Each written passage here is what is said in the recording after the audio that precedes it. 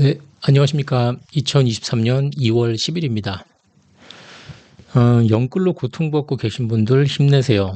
기회에 딱 한 번 올 수도 있습니다. 물론 안 올 수도 있지만 온다면 어떤 시나리오에서 올 수 있는지 제 생각을 말씀드리겠습니다. 왜 갑자기 이걸 만들었냐?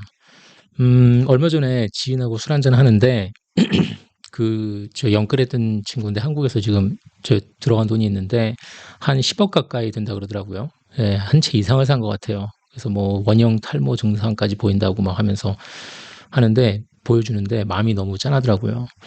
솔직히 한편으로는 저도 사람이다 보니까 뭐 거봐 내가 뭘 했냐라는 이런 악마스러운 마음도 들고 그런 말도 던지고 싶었는데 그런 말을 제가 참 할 수는 없었고 오히려 대중이 사람들이 이런 심리, 이런 결정을, 이런 잘못된 결정을 할 수밖에 없게 만든 중앙은행이나 정치인들한테 사실 화가 더 많이 났습니다. 부동산 80% 하락한다고 2021년에 제가 제 어머니한테 말씀드렸다 그랬죠. 예, 뭐 그런 식으로 저는 그 부동산 전망에 대해서는 변함이 없어요. 중장기적으로 봤을 때는. 근데 이게 단기적으로 봤을 때 조금 다르게 볼 필요도 있는 것도 같아요. 제가 좀 억지로 영끌에서 마음 고통받고 계신 분들을 위해서 좀 짜낸 걸 수도 있긴 한데 가능성이 없는 건 아니기 때문에 제가 이걸 한번 켜봤습니다. 제가 이번에 말씀드릴 거는 조금 이렇게 직관적이진 않을 거예요. 얘기가 한번 꼬아서 생각하셔야 돼요. 그러니까 집값 80% 떨어진다 그랬던 사람이 갑자기 이렇게 말할 때는 조금 한번 꼬아야 된다는 건데 우선 결론부터 말씀을 드리면 지금 이 정부의 잘못된 구제 금융 정책이 영끌하신 분들한테는 약간 동아줄 같은 역할을 할 수 있다라고 볼 수도 있을 것 같아요. 이게 뭐냐면은 제가 요 바로 전에 찍었던 영상 그 부동산 전망 한국도 일본 따라갈까라는 영상에서 좀 자세히 짚어본 이슈인데 그 일본하고 미국이 불경기 오고 부동산 폭락할 때 개인 기업 부도를 치솟을 때 경제 살리겠다고 그 완화 정책하고 제로 금리를 들어갔죠. 그 실수를 한국이 비슷하게 따라갈 수가 있을 것 같기 때문에 제가 하는 소리예요. 여기서 말씀드리는 그 정부의 잘못된 정책이라는 거는 그 단순 부동산 규제 완화 정도가 아니라 기본 상식을 뒤엎는 정부의 돈 찍기, 돈 뿌리기, 제로금리, 지난 이 4, 5년 동안 한국 부동산에 거품을 끼게 했던 그 주 요인들이 다시 돌아온다는 그 말씀이에요. 이렇게 잘못된 정책으로 자산 거래량 늘리고 하락폭 줄이고 이제 구제를 하려고 들 거거든요. 예, 아직은 지금 분위기가 안 좋은데 계속 이 구제 금융 그 규모 자체가 커지면서 슬슬 반등 기미도 보이고 또 이자도 계속 지금 찍어 누르고 있죠. 그러다 보면 이제 상환금도 어느 정도 줄어들 거고. 그래서 영끌에서 물려있던 분들한테는 약간 집을 처분할 수 있는 기회가 한 번쯤 올 수 있지 않을까라는 생각이에요. 그러니까 물론 경기 침체가 너무 심해지고 만약에 뭐 사이클이 너무 내려가서 정부 노력에도 불구하고 반등이 안 올 수도 있어요. 예, 일본이 90년대 중반에 실패했듯이 부양책을 써서 실패를 했거든요. 일본이 90년대 그렇죠? 그러면서 이제 그때부터 잃어버린 30년이 생긴 건데 자산시장 가격은 물론 계속 떨어질 수도 있습니다. 하지만 미국처럼 잠깐 반등할 수도 있어요. 미국은 2010년대에 리먼 사태가 2008년, 2009년에 났으니까 그러고 나서부터 돈 찍고 재료금리 하면서 자산 가격 반등에 어느 정도 성공을 했죠. 12년, 13년, 14년 되면서 쭉쭉쭉 올라갔기 때문에 한국도 그런 식으로 잠깐 갈 수는 있어요. 영원히는 아니지만. 예, 그래서 이제 그때 영끌하신 분들이 집을 한번 정리할 수 있는 기회가 오지 않을까 하는 그런 생각이에요. 우리가 바닥을 향해서 가다가도 영어로 하면 이 베어 마켓 랠리라고 하락장에서 잠시 튀어오르는 잠깐 이 반등하는 이런 현상. 이제 주식시장에서 많이 쓰는 말이긴 한데 부동산에서도 이게 지금 약간 먹힐 수 있지 않을까 싶어요. 왜냐면 너무 다들 떨어진다고 말을 하고 있기 때문에 그걸 제가 한번 자세히 한번 들어가 볼게요. 물론 그 중장기적으로 봤을 때는 바닥 갑니다. 결국 80%갈 건데 무주택자분들은 그러니까 신경 쓰지 마세요. 이거는 무주택자분들한테 드리는 말씀이 아니라 영끌에서 빨리 손 털어야 되는데 지금 손절 못하고서는 하루하루를 좀 힘들게 살아가시는 분들을 위해서 이런 뷰도 가능하다라고 말씀을 드리는 거예요. 그러니까 무주택자분들은 집을 언제 사시면 되냐면 뉴스나 유튜브에서 아무도 부동산 얘기를 더 이상 안 하는 시점에 그때 부동산 쇼핑을 시작하시면 돼요. 사람들이 집을 왜 사, 돈을 집에 왜 묶어둬라는 그런 대중심리가 팽배할 때 그때가 바닥이기 때문에 그때 사시면 돼요. 그전엔 아예 들어가지도 마시고 생각도 하지 마세요. 예, 이거 영상은 지금 잠깐 영끌에서 마음고생하고 계신 분들을 위한 겁니다. 그러니까 오해하지 마세요.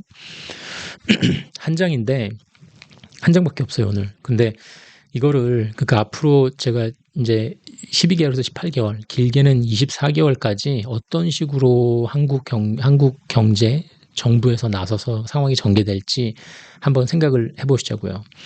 1번부터 10번까지 있는데 이 3에서 7번이 제일 중요하거든요. 이 3에서 7번 사이에 파실 수 있는 기회가 올 수 있다고 생각을 해요. 1번은 뭐냐면 우선 조만간 이 한국 가계부채 그냥 2천조라고 할게요. 1800 몇십 조로 알고 있는데 대충 2천조라고 하면 이게 지금 현재 고금리 3, 4, 5% 되는 이 기준금리, 고금리를 못 버틸 거예요. 못 버티고 이제 무너지기 시작할 겁니다. 특히 부동산 PF 말고도 이제 많은 빚으로 겨우겨우 운영되고 있는 사업들이나 뭐 버텨왔던 개인분들이 하나씩 부도나고 넘어지기 시작할 거예요. 도미노처럼. 넘어지기 시작하면은 이제 2번 가계부채를 정부부채로 바꾼다. 필사적 구제금융. 이게 이제 무슨 말씀이냐면 부도율이 뛰어오르고 힘들어지는 경제를 보면서 정부 부채를 기하급수적으로 늘려서 더 큰 금융위기로 번지는 걸 막으려고 할 겁니다. 그게 구제금융이에요. 예를 들어 벌써 그 정부가 미분양 사줘야 되는 거 아니냐 뭐 이런 얘기 나오고 있죠 뉴스에서. 이게 이제 빙산의 일각이에요. 이게 시작인데 이런 식으로 한국 정부가 가만히 손 놓고 있지를 못해요. 그래서 옆에 그래프를 보시면은 이게 이제 가계부채입니다. Household Debt to GDP. 그렇죠? GDP 대비 가계부채인데 이 위에 걸 이건데 이걸 보시면 한국이 거의 1등 먹고 있죠. 호주, 캐나다 다음으로 선두를 달리고 있습니다. 가계부채가 무지 많아요. 일본은 부채가 많은 나라로 알려졌지만 60%밖에 안 돼요. 가계부채는. 미국도 75%. 근데 정부 부채를 보면은 한국이 정부 부채가 엄청 낮아요. 일본은 260, 미국도 130, 뭐 그리스도 난리 났고 중국도 75인데 한국이 50%밖에 안 됩니다. 그러니까 이게 정부가 실수할 수밖에 없는 이유라고 보여요. 저는 덫에 걸리는 거예요. 왜냐하면 부자 나라 혹은 정부 재정에 여유가 좀 있는 나라는 금융위기를 막기 위해서 정부가 부채를 늘리고 제로금리로 들어서면서 이거를 구제금융을 하기 시작해요. 왜 이 패턴으로 가는지는 제가 자세히는 안 들어갈게요. 왜냐면 이 전 영상 그 40분짜리 제가 찍은 거 부동산 전망 한국도 일본 따라가나 거기서 제가 아주 자세히 다뤘거든요. 인플레랑 디플레까지 해서. 근데 사실 그걸 제가 좀 너무 자세히 다룬 것 같아요. 40분짜리에다가 일본 얘기에다가 인플레 디플레 막 이런 거 하다 보니까 관련성이 좀 없다고 생각을 하셨는지 많은 분들이 봐주진 않으셨어요. AI가 많이 레코멘드를 안 한 것 같아요. 어쨌든 한국 정부가 왜 앞으로 금융이나 부동산 시장에서 개입할 수밖에 없는지 궁금하신 분들은 그 영상을 보시면 조금 더 이해가 되실 거예요. 정부들이 왜 끼어드는지. 그래서 거기서 말씀드렸듯이 일본 정부가 90년대 중반에 잘못 개입했다가 나쁜 디플레 속에서 지금 허우적대면서 돈 풀고 금리 내리고 아무리 난리를 쳐도 구하지 못하고 지금 잃어버린 30년이 된 거거든요. 네, 한국도 그 길로 초입으로 이렇게 들어설 확률이 높아요. 그렇게 일본처럼 간다는 건 아닌데 그렇게 그쪽 방향으로 갈 확률이 높아요. 그러니까 이 구제금융이라는 거는 속된 말로 돈 풀기죠. 돈 찍어내기. 이거의 끝은 일본하고 한국은 다른 게 일본은 미국처럼 그 세이프 헤이븐이라 그래서 안전성 화폐 보유국이란 말이에요. 그렇죠? 그래서 얘들은 양적 완화하고 저금리를 통해서 30년을 버텼는데 30년을 버텼다는 거는 잃어버렸다는 거예요. 예, 버티면서 잃어버린 거죠. 30년을. 한국은 그러질 못하는 게 브라질하고 같이 신흥국 중에서 죄송합니다. 신흥국 중에서 이머징 마켓이라고 하는 데서 그 가장 변동성이 큰 화폐 중에 하나이기 때문에 한국 정부가 어설프게 구제금융 나섰다가 다시 IMF 비슷한 그런 위기를 맞을 수가 있어요. 즉 이게 제 말씀은 아이러니하게도 한국 정부가 펼칠 이 구제금융이라는 것 자체가 연끌하신 분들한테는 반짝 기회가 될 수 있다는 거예요. 그러니까 원화가 무너지고 구제금융 하겠다고 나서다가 정부 부채 늘어나서 어떻게 화폐 위기가 올지까지 얘기를 하면 얘기가 좀 길어지니까 그건 뭐 다음 편이다 나중에 만약에 이 관련성이 있으면 얘기를 하고 오늘은 우선 이 구제금융 자체가 앞으로 1, 2년 동안 한국 경제나 부동산 시장에 미칠 수 있는 영향에 대해서만 얘기를 해볼게요. 그렇죠? 좀 이렇게 단기적으로만 보자고요. 중장기적으로 가면 너무 길어지니까. 자, 3에서부터 7번 이 빨간색이 이제 핵심인데 3번 한번 볼게요. 자, 부도율 상승, 돈 풀기, 재료금리, 정부 보증. 이게 무슨 말씀이냐면 자산시장이 터지는 거품을 정부가 어떻게 안 터지게 하려고 막는지가 이제 구제금융이고 그걸 한번 우리가 볼게요. 우리가 정부는 돈을 찍고 재료금리 만들어서 보증을 쓰거나 이런 식으로 돈을 이게 뿌릴 거예요. 경제에다가. 이 형태는 가지각색으로 나타날 겁니다. 지금처럼 미분양 아파트를 정부가 사드리겠다고 할 수도 있고요. 하다못해 깡통주담대나 깡통전세를 정부 보증이나 정부가 떠안는 식으로 갈 수도 있어요. 안정시키기 위해서. 또 줄도산 위험이 있는 건설사나 더 나아가서 금융기관이나 이런 것들을 그냥 사들이든가, 아니면 좀 더 심하면 백스톱이나 이 정부 보증하에 있는 그 정부 기관으로서 이렇게 먹어서 합병식으로 해버릴 수가 있어요. 무슨 무슨 산업은행 아래로 들어간다든지, 중소기업 은행 기관 아래로 넣는다든지, 무슨 그런 거 있잖아요. 쿼자이 소버런 엔티티에다가. 방법은 다양할 거예요. 어떤 식으로 이게 정부가 먹어버리는지. 이 터지기 시작하는 가계부채나 이 무너지는 자산시장을 정부가 막기 위해서 정부 그 채권이나 그 보증이나 합병 같은 거를 하면서 동시에 금리도 이렇게 눌러 찍을 수가 있어요. 그러니까 부담을 주기 시작하는 거죠. 청와대에서 벌써 시작했잖아요. 금리 누가 찍어 누르는 거. 4대 금융지주 돈 왜 이렇게 많이 벌었냐 하면서 금리 낮춰라 그래가지고 주담대 낮추고 예금금리 낮추고 있잖아요. 이 모든 게 그러니까 자산 거품 터지는 거를 막거나 지연시키는 거고, 여차하면은 이게 심하면 이 거품에 다시 공기를 불어넣는 역할까지 할 수가 있어요. 그러니까 일본이 96년에 그 시작해서 제로 금리 가면서 시작했던 것처럼, 미국이 2009년, 2010년 되면서 제로 금리 가고 돈 찍어냈던 것처럼 정부가 가만히 못 있고 필사적으로 덤빌 겁니다. 제가 보기엔. 그러니까 예를 들어서 구제금융의 좋은 예가 이거는 잠재우려고 한 거긴 하지만 2022년 작년 9월에 그 터졌던 2천억짜리 레고랜드 사태 아시죠? 강원도 보증이 그 무용지물 됐던 그 무용지물 되면서 불안감 조성했던 그 사건. 그게 딱 한 달 정도 지나고서는 10월 중순 되니까 정부가 그 시장 유동성 공급이란 그런 이름 하에 50조 플러스 알파를 던져 넣었어요. 시장에다가. 급한 불 꺼야 되니까. 구제금융 시작한 거죠. 이 항상 명목은 급한 불 끄는 걸로 당장 하지 않으면 큰일 난다. 이런 어조로 나와요, 이게. 이 도와주는 구제금융이. 그것도 충분치 않으니까 그 11월 초에 한 2, 3주 있다가 5대 금융지주에서 근 100조에 가까운 유동성 공급에 나섰습니다. 더 집어넣었죠. 이런 식으로 정부가 돈을 막 던지기 시작할 거예요. 예, 금리도 찍어 누를 수 있고. 다시 말하면 그리스가 허우적됐던 거나, 우리 97년 IMF 때 한국이 허우적됐던 거나, 기업이나 개인이 부도가 나면은 정부에서 도와줄 힘이 없으면 그냥 둬야 되는데 자산 거품이 꺼지게 방관을 해야 돼요. 네, 이게 지금 연끌하신 분들한테는 가슴 아픈 소리지만 사실 자산 10억짜리가 3억, 2억 될 때까지 그냥 둬야 되는데 미국이나 일본 정부처럼 이걸 그냥 못 둘 거예요. 왜냐하면 지금 내가 여유가 있거든. 한국 정부로서. 이게 구제금융이에요. 민주주의가 그렇습니다. 이건 반복될 수밖에 없어요. 집권당이 재선되려면은 좌파권, 우파권이 이 짓을 해요. 꼭. 네, 그러다가 양당이 서로 돈 찍어내기 경쟁하다가 결국 화폐가치 떨어지고 파산까지 갑니다. 일본이나 미국은 좀 다르죠. 미국은 이제 기축통화니까 그거를 엄청 남용하고 있는 거고, 일본은 미국처럼 힘이 있으니까 전 세계적으로 인플레를 일으키지 못했지만 대신 30년을 잃어버린 거죠. 그 구제금융 그 짓을 하다가. 그러니까 한국도 약간 비슷하게 초창기에 따라갈 거예요. 우리나라도 결국은 약간 사회주의성을 띈 민주주의고, 잖아요. 어차피 우리도 이제 도덕적 해이를 가진 그런 자본주의 사회이기 때문에 비슷해요. 미국하고 일본하고. 그러니까 비슷한 그 절차를 밟을 것 같아요. 정부가 끼어든다. 4번은 심리전 플러스 거래량 증가인데 그러면 정부가 돈 찍는데 왜 이게 연끌하신 분들한테 기회냐? 왜냐하면은 지금도 그 금리가 떨어지면 집값 오른다. 막 지금도 충분히 떨어졌다. 금방 집값 다시 오르면 어떡하냐 등등 이렇게 조바심 내고 계신 무주택자들이나 투자자분들이 꽤 있어요. 제가 보기엔. 아직도. 그래서 생각보다 이 덤벼들라고 벼르고 계신 분들이 있기 때문에 이분들은 경제에 돈이 풀린다 싶으면 좀 나아진다 싶고 주담대 금리 좀 내려온다 싶으면은 약간 이렇게 작은 평수 아파트 위주로 거래를 시작하실 것 같아요. 제가 보기엔. 거래량이 그 작은 아파트 위주로 늘어나기 시작할 것 같아요. 지금 아직도 집은 사야 돼. 집은 사놓고 있으면 언젠간 올라 막라는 그런 멘탈리티랑 그걸 갖고 계신 분들이 꽤 있기 때문에 이분들이 소폭 끌어올려 줄 것 같아요. 유튜브 보면 지금도 나와요. 경기도에 어디를 주시해라. 지방에 어디를 보면 된다. 막 이런 식으로 아직도 집을 살려면은 사는 시기가 곧 올 수 있다라는 그런 분위기를 그런 냄새를 풍기는 데가 많습니다.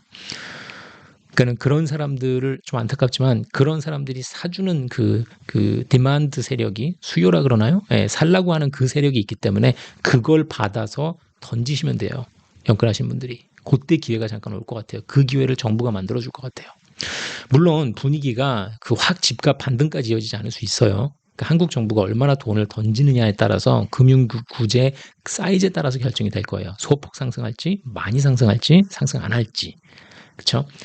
이 구제금융을 물론 크게 하고 금리 낮추면 당연히 상승폭이 클 거고요. 예. 한마디로 약간 이 모든 상황이 약간 치열한 심리전의 연속이 될 거다. 예, 지금 이 순간에는 끝없이 추락하니까 아직은 뭐 심리전이고 뭐고 필요 없죠. 그냥 기다리고 약간 방관하는 분위기인데 정부의 개입성이 더 강해지면서 앞으로는 심리전이 중요해질 수 있다라고 말씀드리는 거예요.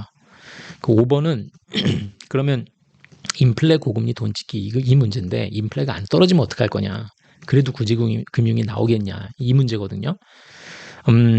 인플레가 안 꺾여서 금리를 못 낮추는데 부동산이 반등할 수 있겠냐. 왜냐면 저는 항상 금리가 되게 중요하다고 말씀드렸으니까. 이게 지금까지는 인플레가 좀 잡히는 분위기지만 혹시라도 한국 인플레가 다른 나라만큼 안 잡혀서 금리를 조금 높게 4%, 5% 유지를 해야 된다 그래도 제가 보기에는 정부는 구제금융을 단행할 거고 오히려 인플레 때문에 금리가 높게 유지되면 구제금융 사이즈를 더 키울 가능성이 높아요. 한국은행에서는 지금 그 2,000조 가계부채 때문에 기준금리를 못 올리죠. 미국하고도 지금 1%, 1.25% 벌어진 상태에서도 그냥 갑니다. 한국 정부에서는 뭐에 의존해서 인플레를 잡으려 그러냐면 제가 보기에는 그 엑스터널 팩터, 유가나 에너지가 무슨 뭐 곡물가나 중국 리오프닝 같은 거에 대해서 생기는 그 공급 안정 이런 거에 의존해서 지금 인플레를 내려오게 하려고 기다리는 거죠. 그러니까 경제 기본 원리에 따라서 금리를 올려서 인플레보다 높은 금리를 줘서 이걸 낮추려고 그러는 게 아니라 가계부채가 너무 많다 보니까 이거를 뭐 청와대에서도 압력 넣고 한국은행에서도 이러지도 저러지도 못하고 있기 때문에 일종의 그 돈줄을 더 세게 잡아야지만 인플레를 잡히는데 그걸 못하고 있는 거죠. 그래서 결국은 그 통화정책인 금리를 정부에서 그러니까 정부에서 부양책 하겠다고 나서면서 금리는 높아져 있고 약간 좀 이런 애매하고 좀 정신없는 그런 상황이 좀 벌어질 것 같아요. 예. 그러는 와중에도 계속해서 돈 풀리고 좀 안정세가 보이니까 집을 살라고 사람들이 좀 이렇게 뛰어든다 그래야 되나? 약간 이렇게 불 보고 뛰어드는 불나방처럼 약간 그런 사람들이 좀 있을 것도 같아요. 그러니까는 이 돈 풀 때는 이제 명목 이건데 학문적이나 이제 이론적으로 봤을 때는 확 금리를 올려야 되는데 못 그러니까 계속 이렇게 혼란이 올 거고 그 구제금융을 멈추진 않겠죠. 왜냐하면 정부 부채가 좀 말씀드렸듯이 50%밖에 안 되기 때문에 이게 자신 있게 밀어붙일 겁니다. 그리고 이 밀어붙이는 거는 제가 왜 그렇게 생각을 하냐면 이게 민주주의 사회니까 결국은 우리가 이제 1인 1투표 제일 문제죠. 민주주의 병폐인데 그것 때문에 지금 무슨 정권이 됐던 집권당은 여당은 이걸 할 수밖에 없을 거예요. 어느 나라나 그래왔어요. 이게 미국이 일본이고 유럽이고 똑같아요. 그리스처럼 아니면 한국 IMF 때처럼 망해서 더 이상 힘을 못 쓸 때까지 합니다. 정부가 나서서 설칩니다.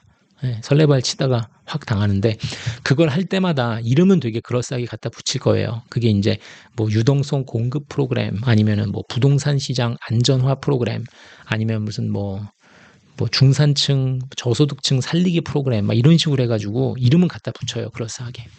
그러면서 이제 돈을 찍어낼 거고 7번은 이제 정부 부채율이 빠르게 올라가고 원화 약세하고 인플레 위험 계속 생긴다. 그렇죠. 당연하죠. 정부 부채는 빨리 올라갈 거고 GDP 대비 70, 80, 90 막 쭉쭉 올라가면서 이제 원화 위기를 몰고 올 거고 그러다가 이제 원화 약해지면은 인플레이션 위험이 더 커지겠죠. 수입 물가나 에너지 수입해야 되는데 그런 물가들이 더 빠르게 오르니까 로우 매테리얼 같은 거 어느 정도 시점이 지나서 유동성 공급이나 안전화 프로그램이 한국 경제 전체를 위기로 몰고 가는 순간이 올 거예요. 그러니까 즉 이 위험 수위가 너무 높아지지 않을 때 그리스꼴 나지 않을 때까지 그 전까지 갔을 때 부동산 시장이 조금 나아진다 싶으면 진짜 눈치 게임이죠. 그러니까 이거는 심리전이죠. 그러니까 원화 위기 오기 전 하지만 부동산 시장은 충분히 그 구제금융의 혜택을 받았다 싶을 정도로 올라갔을 때 연끌하신 분들이 좀 팔 수 있지 않을까. 10억에 사신 분들은 뭐 지금 5억 됐다 그러면 한 6, 7억 이렇게 살짝 반등했을 때 그런 기회가 오지 않을까. 그런 생각인 거예요. 그래서 그 3번에서 7번 사이에 뭔가를 한번 해결하시기 위해서 보시고 계시는 것도 나쁘지 않을 것 같다는 생각이고 8번은 이제 1년이냐 2년이냐 가계부채 규모에 따라서 이제 그 달라지는 건데 이건 무슨 말씀이냐면은 정부 부채 그 율이 위험 수위까지 가는데 시간이 좀 걸려요. 그렇겠죠. 이게 몇백 조, 몇십 조, 몇백 조, 막 천조 이렇게 될 수도 있으니까 이게 하루아침에 갑자기 올라가는 건 아니고 올라가는 게 이제 시간이 걸리죠. 터지는 그 사건마다 상황마다에 따라서 12개월이 걸릴지 18개월이 걸릴지 뭐 길게는 2년이 걸릴 수도 있고 하루아침에 8, 90%가 도달하는 건 아니니까 갑자기 정부가 일어나가지고 막 야, 나 500조 찍을래 내일. 한국 부동산 다 살려. 이러는 건 아니니까 살지 말지 이거를 팔지 말지 고려하실 시간은 조금 있을 것 같아요. 시간이 걸립니다. 이게 몇 달. 하다못해 1년 이상 걸릴 수도 있으니까. 단지 그 기회가 오고 조금 분위기가 나아진다고 해서 너무 욕심내지 마세요. 그러니까 10억 샀는데 5억 됐는데 7억 갔으니까 오르네 하면서 이거 다시 10억 가는 거 아니야? 라고 생각하시는 건 잘못된 것 같아요. 그렇게까지는 안 될 것 같거든요. 그러니까 손실을 어느 정도 줄였다 싶으시면 정리하시는 게 맞을 거예요. 이 중장기로 가면은 제가 늘 말씀드렸지만 국내가 됐건 국외가 됐건 이 고금리 상황에서 이 큰 부채 상황에서 리먼 100%가 터집니다. 예, 그러니까 완전 장기 침체로 갈 수 있기 때문에 어느 정도 손실을 보고 파실 수 있을 때 팔아야지 안 그러면은 그냥 10년, 15년 끌고 가시는 거예요, 그거. 예, 그냥 다음 상승 사이클까지. 그게 뭐 십수년이 걸릴 수도 있겠죠. 그러니까 기회 있을 때 한번 처리하시는 게 괜찮다고 보는 거고 이 역사적으로 봤을 때 다른 여유 있는 정부들이 하여튼 미국이나 일본이 했던 것처럼 왜 구제금융을 할 수밖에 없는지 정부도 여유가 지금 한국 정부도 여유가 있는 만큼 이 여유가 있다는 건 GDP 50%밖에 안 되죠. 예, 하여튼 한국도 똑같은 실수 할 수 있다는 거를 말씀드리는 거고 하여튼 자세히 아시고 그 부분에 대해서 자세히 보시고 싶으신 분은 전 영상을 보시면 도움이 많이 될 것 같고요. 40분짜리인데 나름 열심히 만들었는데 많이 안 봐주셨더라고요. 자, 그리고 하여튼 10번은 그 무주택자분들, 그러니까 제가 드리는 말씀 오해하지 마세요. 무주택자분들이나 처음 사실라 그러시는 분들은 그냥 계속 기다리시면 됩니다. 계속 떨어질 거예요. 앞으로 2년 기다리는 게 1년 기다리는 것보다 낫고 3년 기다리는 게 2년 기다리는 것보다 나아요. 그냥 오래 기다리시면 돼요.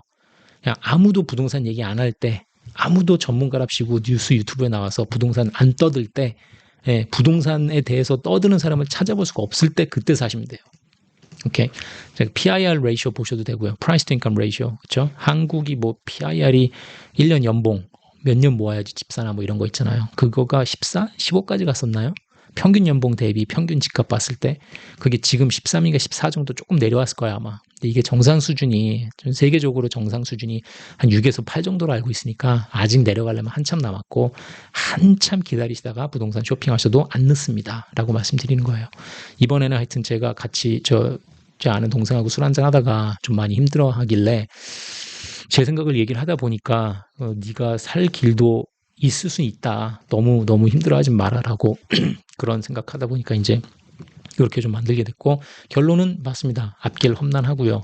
부동산 자산시장 떨어질 건데 폭망할 건데 그래도 그 중간에 살짝 반등하는 윈도우가 생길 수도 있으니까 그 기회가 보이면 놓치지 말고 그리고 왜 그 기회가 생기는지를 알고 있어야 되니까 정확히 알아야 그게 잠깐 기회라는 거를 이해를 하니까 안 그러면 또 반등할 때 또 갑자기 야 부동산 살아났다 흉 또 오른다 그러고 막 기다리다 보면은 낭패당할 수 있기 때문에 정부의 구제금융 때문에 잠깐 반등할 수 있다라는 게 이번 theme입니다. 그러니까 너무 디프레스 되어 있지 마시고 이게 매일매일 매달 막 이자 내고 하는 게 굉장히 힘들잖아요. 차라리 어느 순간에 내가 뭐 만약에 10억짜리가 5억 됐다가 7억에 파시면 3억을 잃었지만 손절하고 팔고 나면 그 순간은 속은 쓰리지만 잠은 잘 자요. 네, 저도 트레이딩 하다가 unrealized loss 아직 팔진 않았는데 손절을 한 건 아니지만 로스가 나갔고 그냥 끌고 가는 거하고 에이씨 그냥 2천만 원 잃었다 치자 하고서는 팔아버리고선 잊어버리잖아요. 그럼 진짜 잠은 잘 자요 그날부터. 그러니까는 팔 기회가 있을 때 팔고 새로 시작하시는 것도 방법이기 때문에 너무 오랫동안 이렇게 위축돼 있고 디프레스 되어 있지 않으셨으면 좋겠어요. 자, 제가 이번에 써놨네요. 재밌게 보셨으면 구독, 좋아요 부탁드리겠습니다. 자, 다음에 더 좋은 매테리얼 가지고 찾아뵙겠습니다. 감사합니다.